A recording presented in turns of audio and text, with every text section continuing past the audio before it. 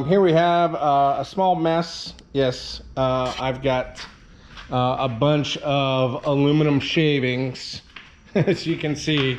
I know my shop's a mess, don't judge me. I got a new shop vac on order to clean all that up. But what we've got in here is the gear oil for the differential. I've got the RTV, the Mega Black RTV for the differential cover. And what goes better with the new differential is oil change. So yeah, I got a new K&N filter, Pennzoil premium synthetic, whatever, the platinum natural gas stuff. I hear it's really good, especially for direct injected engines. And yeah, I'm gonna get the differential full of oil, and we're gonna slap that bad boy in. All right, here we go. All right, so now that we got the back cover off, here's what the differential looks like. And you can see in here, so here's the spider gears. You can kind of see in there, there's your mini torque converter. That little disc thing right in the middle there, that is what makes this thing a positive traction unit. So that spins both axles at the same time. And by hand, you cannot twist them unless you're like a giant Thor Borgnuson or whatever the heck his name is, the mountain. But heavy duty. But now we got to clean the RTV off around the edges and get this all ready to go, and we'll slap together. Yep, and in my eyes, the best way to clean gasket material is to get a fresh razor blade and attack the surface there without harming the mating surface. Razor blade is not gonna dig into the iron here, so I think we should be good. The mating surface on the new differential cover is brand new, so we don't have to clean that off because it's already cleaned off. So we are good to go on that. Well, it's been a long road, but there it is. G37 rear differential. It is all bolted in, and it looks like I don't need a spacer because the stock stud actually has a little lip on it. So I'm looking good to go there.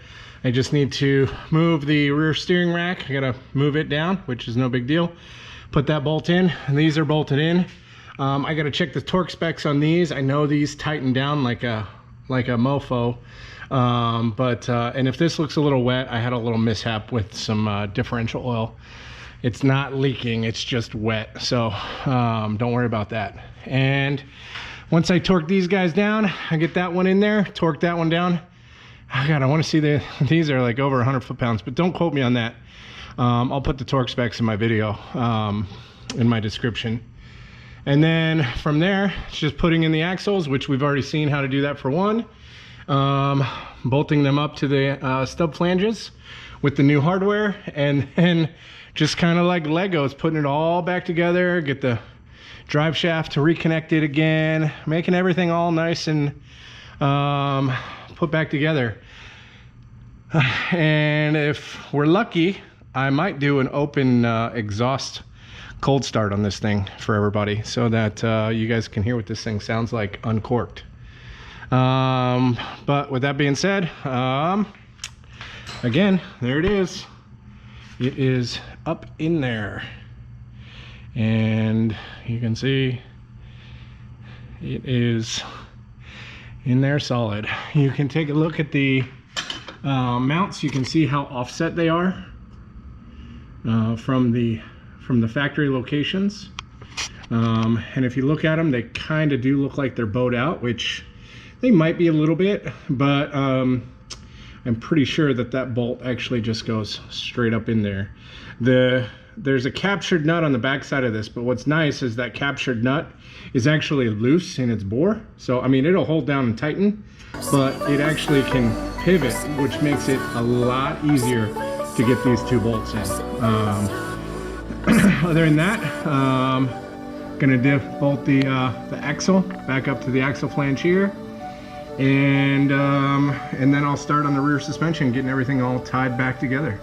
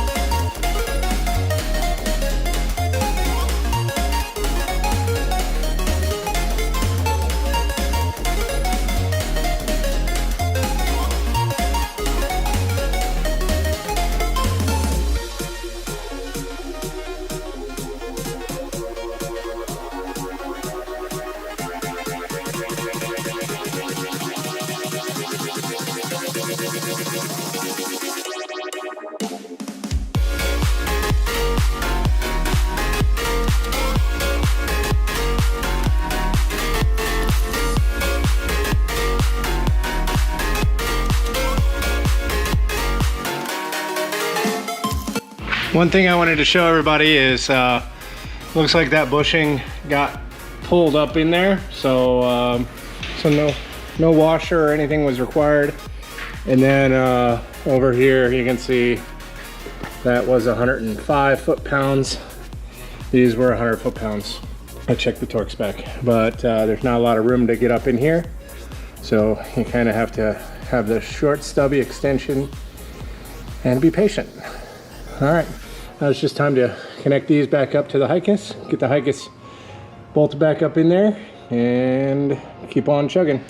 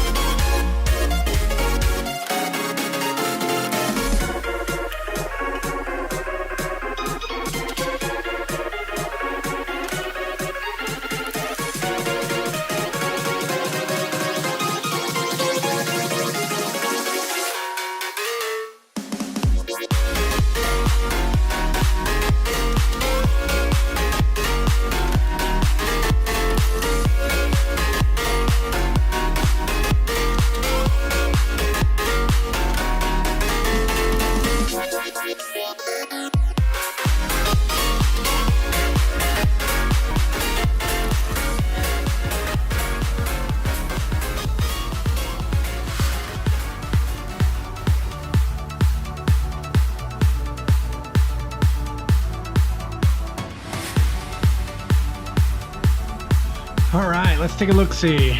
Okay, so right out of the gates, we can see the new half shafts are in. They're now bolted to the differential. The exhaust is in. The sway bar is in. The rest of the subframe connectors are in. Let's see what else is in. The rear steering is all back in, plugged in, necessary. I broke a little plastic connector, so or plastic pin, so I just zip tied this guy back on here. It's like one of these guys right there. Let's see what else. These are all bolted in. Can't remember the torque spec. You can see these actually goofed on the torque spec for these. So these are actually 75 foot-pounds, 70 or 75 foot-pounds, something like that. I thought they were 100, but that's 100 Newton meters. Misread that in the service manual. These are 60 foot-pounds, I think 59, 60, call it 60. And then for the top one up here, that one is also 75 or 77 foot-pounds, something like that. I just left it at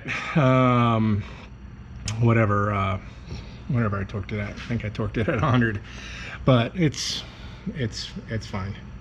Other than that, all of these have been torqued to spec. I believe they're all 70 something foot-pounds as well. Gosh, what in the heck else is there? There's one thing that was different, and that was the vent line. So I just kind of tucked the vent line up and out of the way. The differential needs to vent. It's not really critical where it vents to, just as long as it's not lower than the actual fill point and it doesn't get wrapped up in the axle or drive shaft. Other than that, I was gonna give you guys a nice little cold start, but I forgot my keys at the house, so I don't have the keys to the car. So I was just on a roll. My battery died to the camera, so I just kept going with it, bolted everything in. Like I said, if this looks wet, it's because yeah, I goofed with some differential fluid. It's not leaking, it just looks a little wet. It hasn't been dripping or anything like that. It's just, again, I goofed and I don't have any brake cleaner. Other than that, it is all buttoned up, ready to go. And I am gonna put on my stock tires, my stock wheels and tires, because this thing is gonna do lots of burnouts. And you guys are gonna see lots of burnouts, and it's gonna be a good time. All right, next time you see me, we'll be doing burnouts.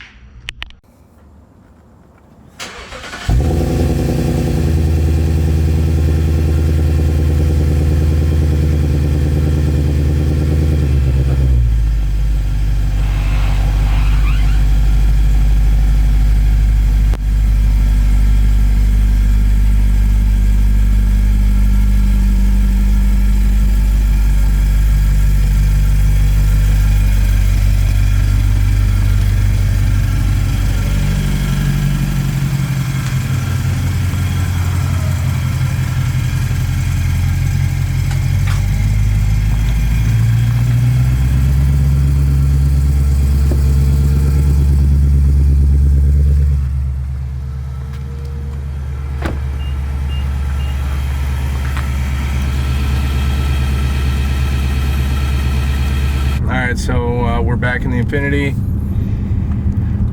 headed to our secret location in Mexico, obviously. You'll notice on the dash there is a light on. Number one, it is the tire light, because I have my stock tires and stock rims in the back, so that I don't smoke my good tires, number one, so I can do good healthy burnouts without any real concern for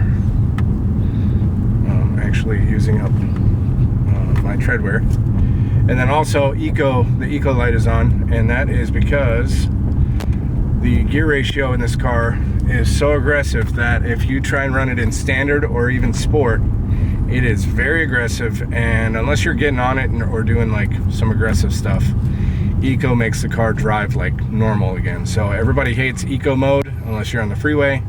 Some people even hate eco mode on the freeway, but to be honest with you, eco mode with these gears is the way to go.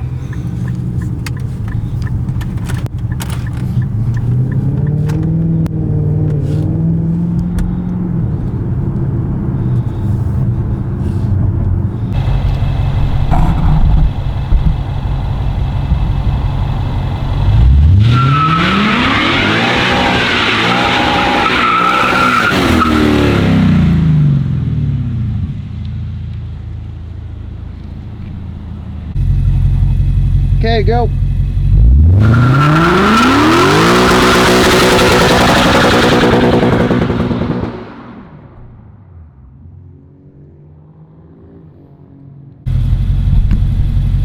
Ready?